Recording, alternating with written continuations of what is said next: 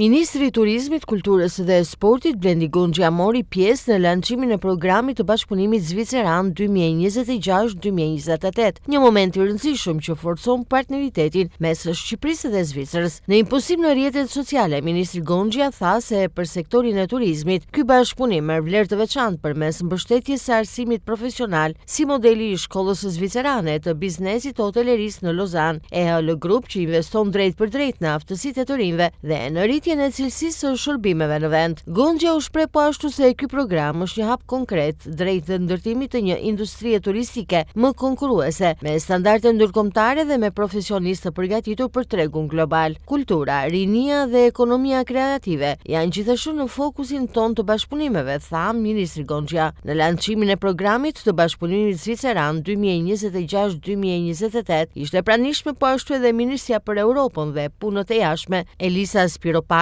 ambasadorja e Zvicrës në Shqipëri, Ruth Huber e të tjerë.